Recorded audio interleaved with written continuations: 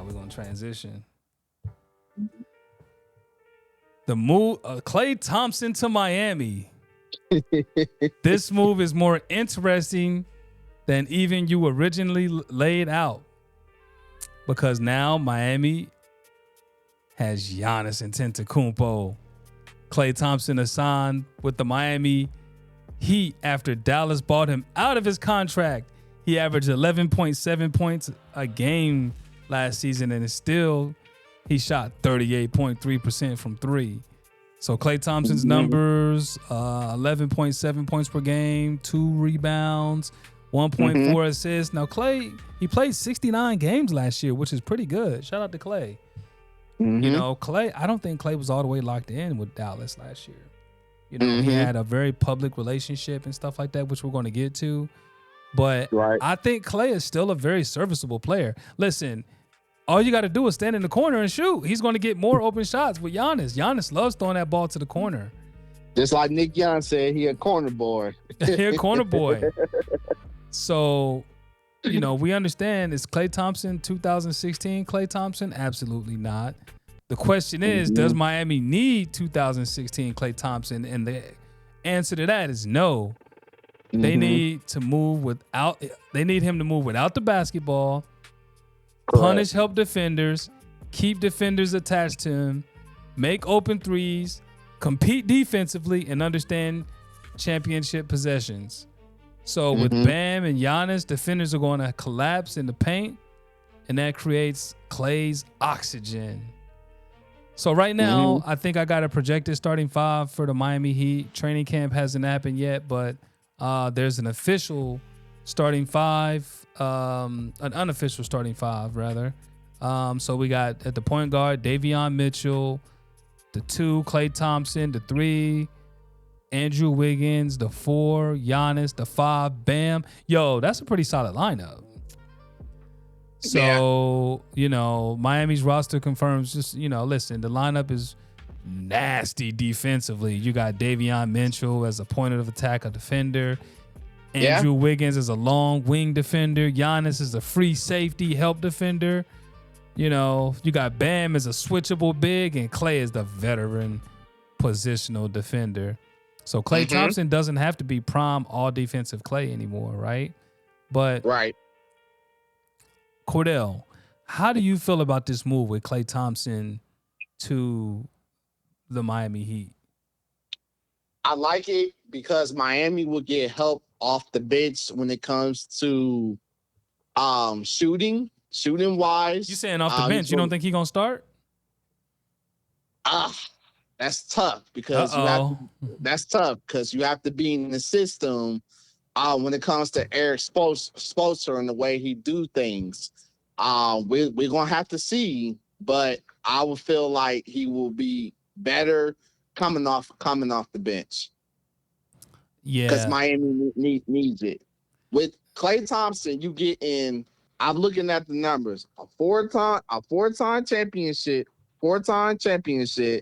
12 years with Golden State, a career 40% three-point shooter, and an 85% career free throw shooter, and 45% from shooting twos. So with that being said, that is the exact type of player that Miami needs to help their bench. Because with Klay, you get shooting, you get precision at the free throw line, shooting twos, and coming off screen shooting threes. If Klay can do anything like Jesus Ellsworth, aka Ray Allen, Mike Miller, or one of those players. Yep. Then I think Miami is going to be right in that 3 or 4 spot in the Eastern Conference. Klay is going to give Miami some great shooting and some great clutch free throws when they're going to need it the most. So I think it was an excellent move, and I think Erik Spoelstra is going to make sure this guy is professional. He's going to stay focused, and he needs to reinvent himself, because I feel like Dallas didn't use him the way he was supposed to be used when he was in Golden State.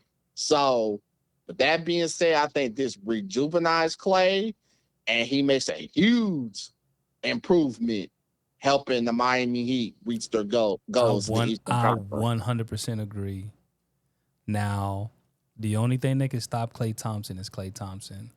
Correct. Klay is going to Miami. A lot of people think, oh, I want to go to play in Miami. Listen, the Miami Heat ain't no joke. You gotta deal with Heat culture. Like the Miami Heat ain't no joke. Like Pat Riley, Erik Spoelstra, Zoe, yes. Udonis Haslam. Like, listen, like the Miami, like the Heat Mafia. Like I heard, like, listen, like they're a very disciplined team. They are. They play really hard, regardless of their skill level. You know, you guys always hear me talk about different teams. You got skill teams and will teams. Regardless of how much talent Miami has, they're always a will team. Yes. So when you add skill to that, it's scary. Giannis leading the charge. He's got Bam. Like Giannis is already, known as a will player instead of a skill player. You got Bam there. Like the Heat are not going to be no easy out. No, they're not. The Heat are not going to be an easy out. The Heat have always brought it they always brought it, like going back to the 90s, like, going back to Tim Hardaway and PJ Washington. Like Dan Marley, like they always bought it. Like Rashawn Leonard, like I could go on and on and on. Like the Heat have always been this way. They're not going to be an easy out. They're going to be a tough matchup. Yes. For anybody. Tough matchup. Very tough matchup. I still got to see what they're going to do with their bench. But no, like I like Klay Thompson as a championship piece. Also, Klay Thompson coming off of a tumultuous relationship, a very messy breakup with Megan Thee Stallion. Yes, let's talk about it. Let's talk about it. So, Klay, sometimes, coming off of something messy like that, we don't know Klay Thompson to be messy. To come out of something like that, something like this might be what you need in order to lock in and get focused. Maybe you wouldn't have been ready to come to Miami before you went through that whole situation with Meg Thee Stallion, to stay focused. Because, the last thing we need to see you is you getting outed by 304. Right. You know what I'm saying? We don't need the 304s trying to put you on the shade room. And we don't need that energy, Klay Thompson. We need you to keep the main thing, man. Which is basketball is what you do. There's not 5 shooters in world history that are better than you. Correct. You go to Miami and do what you do. And be a corner boy. I think he will because knowing Klay the way we do, he's always been professional those 12 years when he was with Golden State. The only thing you would hear him is basically riding his boat, having a good time and stuff like that, telling people who hasn't won championships to shut up. And stuff. One thing he did tell, he said he heard Braun was about to cry when they was down 3-1. Braun, Klay said, Jared Jackson, what Braun say? Klay said that? He said that? Yeah. Bruh.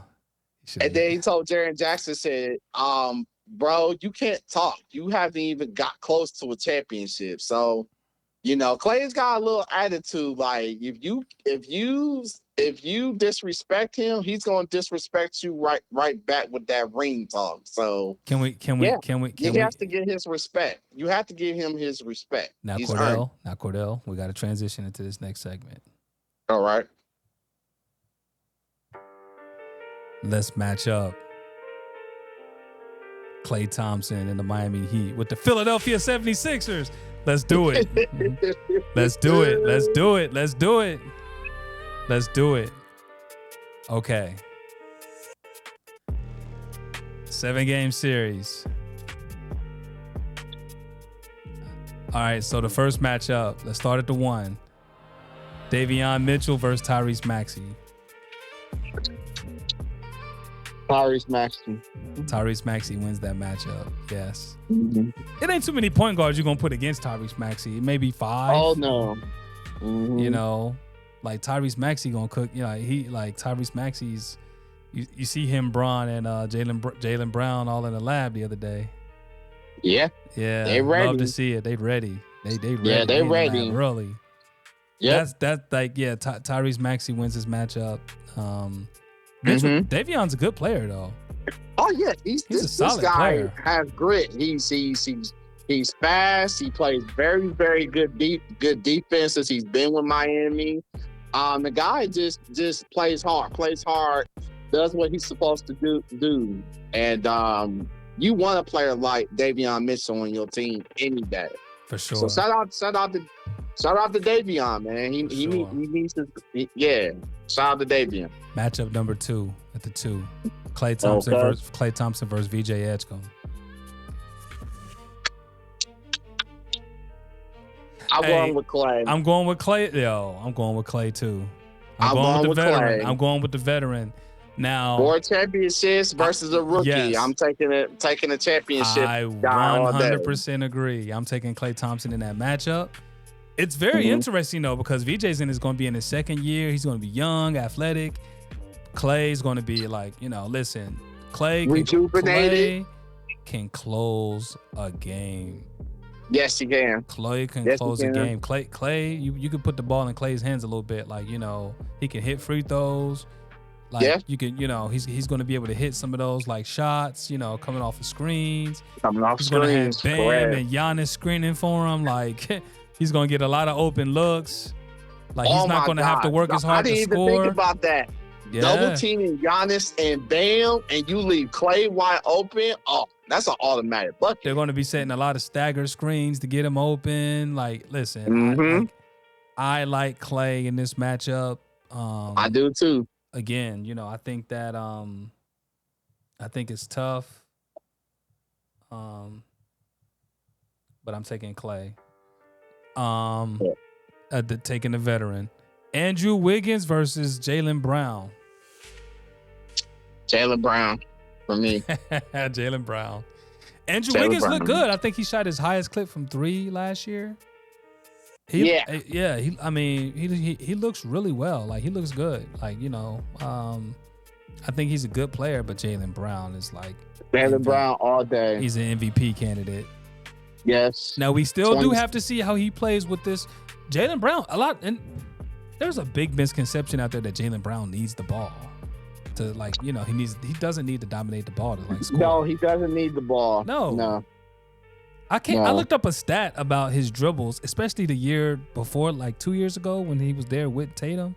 Tatum dribbled the ball way more than Jaylen Brown. Jaylen Brown doesn't need the ball to score. Now I think Jaylen Brown is just going to he's just a better player, better defender, better playmaker, better scorer, better play. Like he's just going to win that matchup.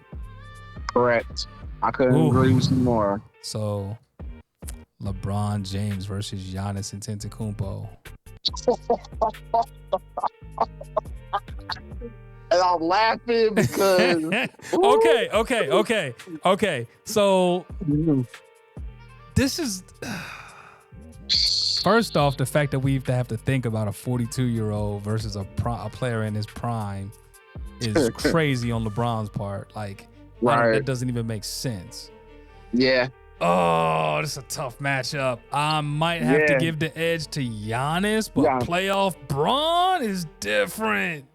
That's the thing. Regular season Bron, playoff Bron is totally playoff different. Bron is different. Yeah. I'm gonna have to give it to LeBron. I might have to give it to LeBron too. I'm gonna have to give it to LeBron. Just the simple fact that this guy does not shy away from anybody or any challenge that's a forward or a center. He loves that challenge, and he will take that challenge. Now, Giannis has improved a whole lot since he won the championship. I mean, the numbers, the stats just don't lie about this guy.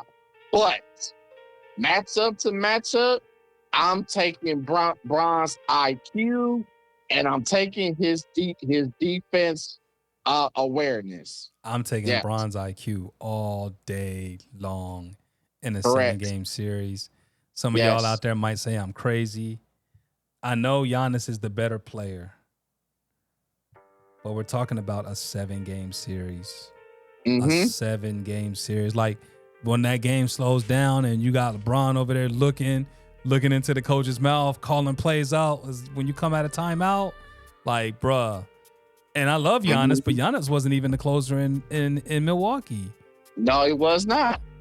No, he was not. He wasn't. That was Chris Middleton. That was Middleton. Like if the game is close, the game now Giannis is the better player. We understand that. We're talking 7-game series. We all know that. We're talking 7-game series. Who are you taking? And I'm taking the King, LeBron James. Even if taking King James. Yeah. Now, Bam Adebayo versus Joel Embiid.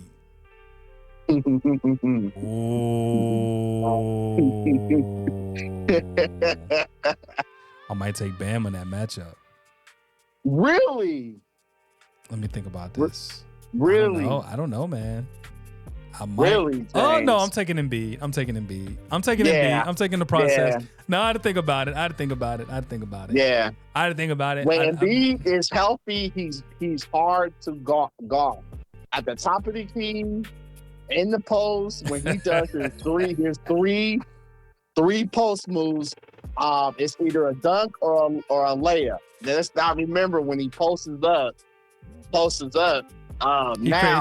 creates mismatches too. He's more of the mismatch. He's more of the mismatch. Correct. Now Bam. Okay, so Bam is the better. I think Bam might be the better player.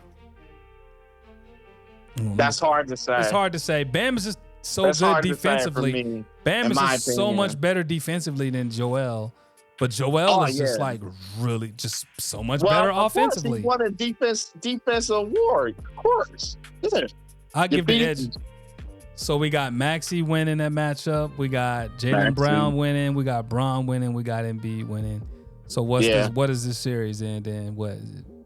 Sixers and 6. I say Sixers and 6 as well. Miami wins the 2 home games. They're 2 home games. Philly cleans them up at home. Yeah, I know Miami will win 2 at home. Shout out to DJ Khaled and Ross will be there. Let's match up the Miami Heat with the New York Knicks. Okay. At the 1. Jalen Brunson versus Davion Mitchell. Big body Brunson. Big body Brunson wins that matchup easy. Shout out to Perk. Big body Brunson. Yeah. Such a great nickname. Klay Thompson versus Mikal Bridges.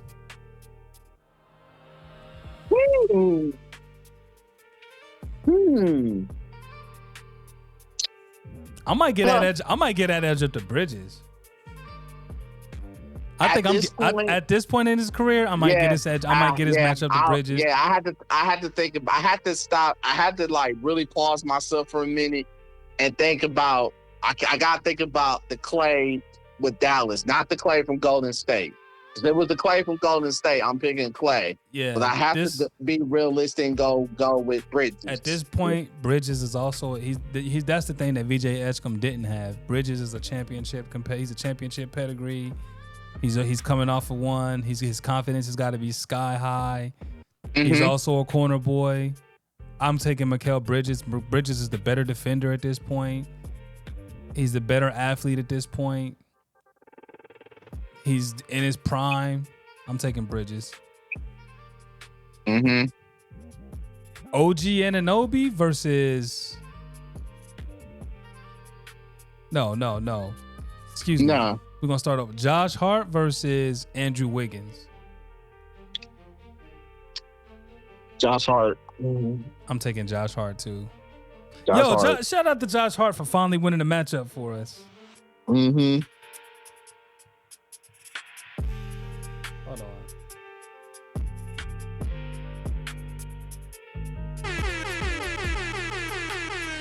Shout out to Josh Hart, man, for finally winning a matchup. You know, I feel like we've been playing Josh Hart the last few episodes.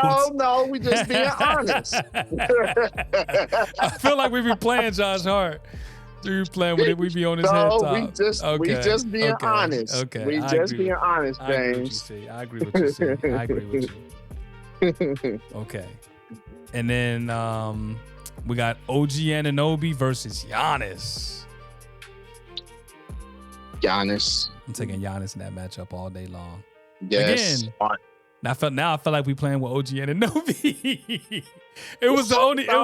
Just, and the position that he plays, he's playing some of the top forwards in the Eastern Conference. We got to remember that he all of his own. But we're talking about the Greek Freak now. I know. Greek Freak. I know. I'm giving man. I'm giving that matchup to Giannis. Mm-hmm. I'm giving that to Giannis. Ooh, this is a good matchup right here. We got Kentucky. Bam versus Big Cat. Big Cat. That is a great match. That is a great matchup. I would have to take I would take Bam. The Kentucky matchup, the Kentucky boys, man, I'm taking Bam over Big Cat. I'm taking Bam because of his defense, and he can move with Cat. Yes. He can move with Cat, can he? Yes, he can. Yes, he can. I might take Big Cat in that matchup. Okay. I might take Big Cat. I might take Big Cat in that matchup. I might take Big Cat because, listen, Big Cat can guard a little bit too. You saw the way he was guarding. He was guarding Wemby. He did a good job on Wemby in the playoffs. Like Big Cat can guard a little bit. He can hold his own defensively, and he can score. He's a better scorer. Mm-hmm. You know, I think he's a better. I can't wait to see that matchup because I think Wemby is going to be a whole lot different than when he was in the finals. Trust me. I keep doing, everybody's coming to the Eastern Conference. We got to start doing some matchups versus the some of those West Coast juggernauts, the Spurs. Let's go. And who else? The Spurs. And no, not this pod, but maybe next pod. The Spurs. Who else is juggling? OKC. The new look the Oklahoma City Thunder now. The Nuggets with DeRozan. Do you think DeRozan makes them better? Yeah, because they never really had a true shooting guard. I still think they can't stop anybody defensively. Nobody on that starting five can guard except for Gordon. He's the only one that can guard somebody. So I still think they're going to score a lot of points, but they're going to give up a lot of points. The next podcast we're going to start going over to the Western Conference in regards to the NBA. All right. And I know we're talking about NBA all summer, but listen, the NBA is just so fun in terms of free agency, and the season starts in October. So we just getting a heads up. We did do a special on the Wizards. We're going to drop that pretty soon.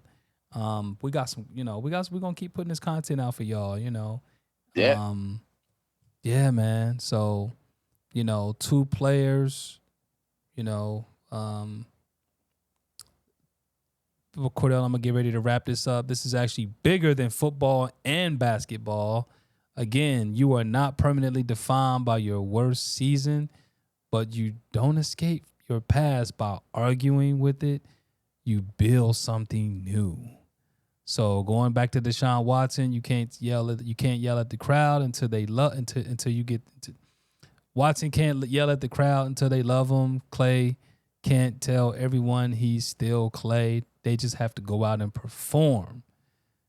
That becomes your, that this is basically, the thesis of this episode. So reputation is what everybody thinks you are. Your next chapter is what you actually do. So if you listen to this, it's not all about your reputation. It's what you actually do. So yeah, Cordell, you got any final words? All I'm gonna just say to this is that it's all about how you prepare for the season. And I'm talking to Klay Thompson and Deshaun Watson. This is a rejuvenation of your career. You have to come with a chip on your shoulder, and no matter what the fans say or do, the important thing is winning. Winning solves everything. So remember that, Deshaun Watson, Klay Thompson. I wish you well, Miami. Stay focused. Stay focused. You have a lot to prove. Miami picked you for a reason. Show that championship competitiveness and show that championship pedigree and be a veteran leader in the locker room for these young cats. Because Erik Spoelstra and Miami Heat culture are looking for you to lead this, be a leader on this team.